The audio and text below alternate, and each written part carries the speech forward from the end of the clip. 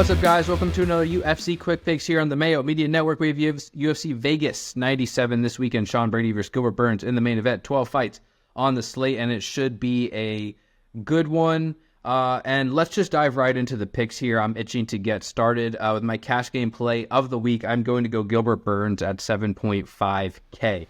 Now, Gilbert Burns is in the main event. He's the underdog in the main event, and I think Sean Brady's a fair favorite. I think the fight's probably going to play out competitively, at least it projects to on paper. The fight's minus 110, near pick'em essentially to go the full 25-minute distance, and that's what I like most about Burns and why I like him as a cash game target. There's not a lot of win equity with the dogs on this slate. We have a lot of heavy favorites, a lot of heavy underdogs, so paying down is tricky, although you're going to still have to do that at one spot.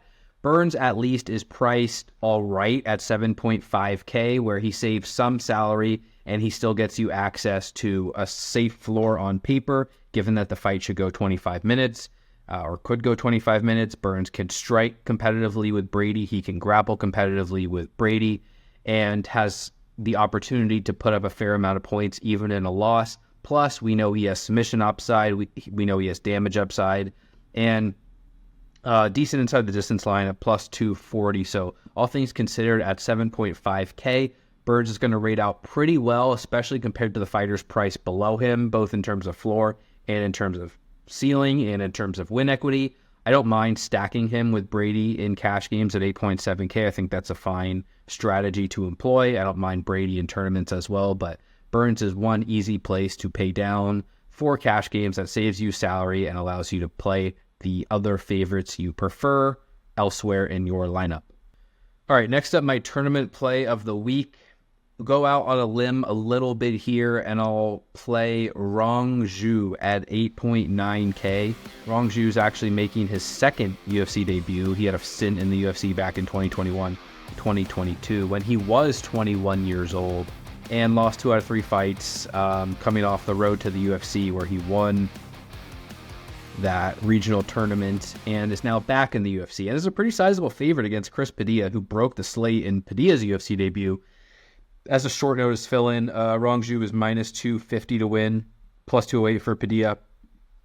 This one is, I think, going to fall a little bit under the radar, and potentially for a good reason, as Rong Zhu, again, didn't look spectacular in his first stint in the UFC. Still a young kid, still developing, and is fighting an opponent in Padilla who can grapple well, at least early on in fights, and I think that could potentially force Rong Zhu to defend early, force an extended fight, which could definitely limit Rong Zhu's ceiling. And that's why I don't think he's a standout at 8.9K, nor is the public going to treat him as a standout at 8.9K.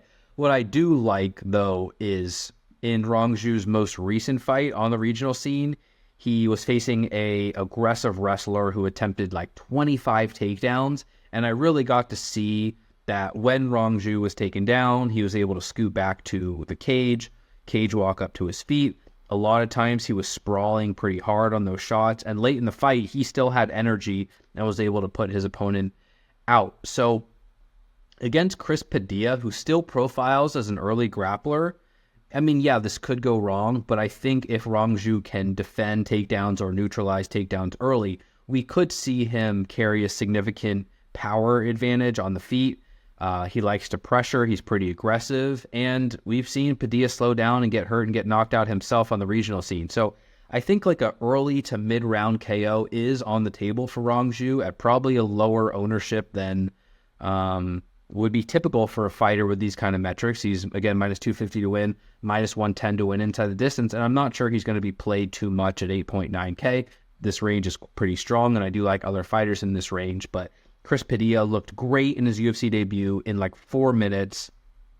I think this is a different matchup, one that could play out differently. Odds are suggesting it's going to play out differently. And if it does, there's a good chance that it comes with early or mid-round damage success from Rong Zhu on the feet, could lead to a stoppage. At 8.9K, I think he's an interesting tournament option, especially as a semi-contrarian target there in the 8K range. Don't mind being overweight to the field on him this week. All right, next up, my salary play of the week. I'm going to roll with Kyle Nelson at 7.6K. who might get some love. He's going to be in a popular fight with Steve Garcia. Garcia is the favorite there, and I understand, why. Garcia is going to be very chalky.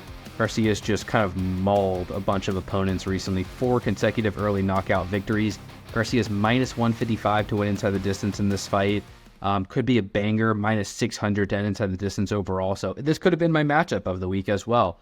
But I don't mind Nelson at 7.6K, given that he's the underdog, still in a fight that's minus 600 to end inside the distance. And more importantly, Garcia's had a lot of success with early damage, where Kyle Nelson has shown to be pretty durable. He has been knocked out once in the UFC in round 3 by Quarantillo, but that's the only time he's been knocked down in his UFC career. And more importantly, despite winning by knockout 4 times in a row, Steve Garcia has actually been knocked down 5 times in his last 6 fights. So Garcia, which oftentimes comes with being aggressive offensively, you're lacking a little bit defensively. And yes, Garcia will still have the ability to hurt Kyle Nelson early, but I think Nelson has the ability to hurt him as well. And of the two, Nelson's probably been the more durable fighter of the two, and may even have the more pure power. Garcia is the more aggressive fighter, the more reckless fighter, but don't count Kyle Nelson out there at 7.6K. Good inside the distance line, plus 215. May be popular, but will also provide leverage against a more popular Garcia. So there's not a lot of win equity below the mid-range. Nelson is one fighter that I'm eyeing. 4 win equity, 4 finishing upside, saves some salary, good matchup to target, and I think Nelson has sneaky KO potential there. My underdog play of the week. And finally, my matchup of the week, I'm going to roll with Nathan Fletcher versus Zigomatas Ramaska. This would have been my fight of the week last week if I had done a UFC Quick Picks video. So you're welcome for not putting out a video, because you would have been on that fight and that was canceled like 30 seconds into the broadcast.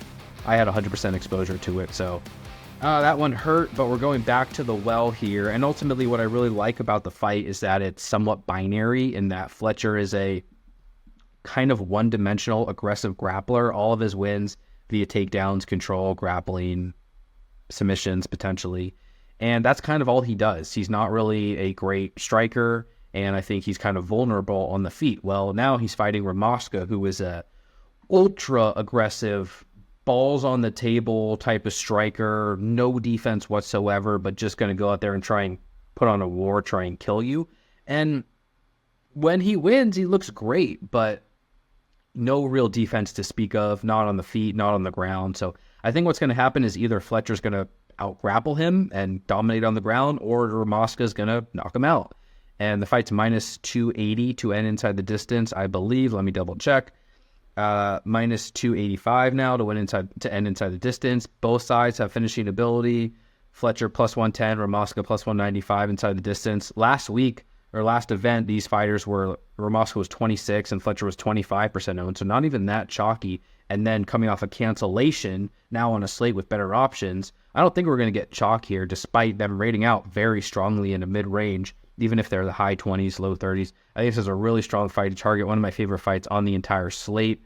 Binary outcomes, I do lean toward the grappler and Fletcher. I just like grapplers, and I think Ramaska has pretty questionable wrestling defense, but again, Ramaska is bigger, better striker, more aggressive, and certainly has KO upside in his own right. So I think that's a great fight to target this weekend.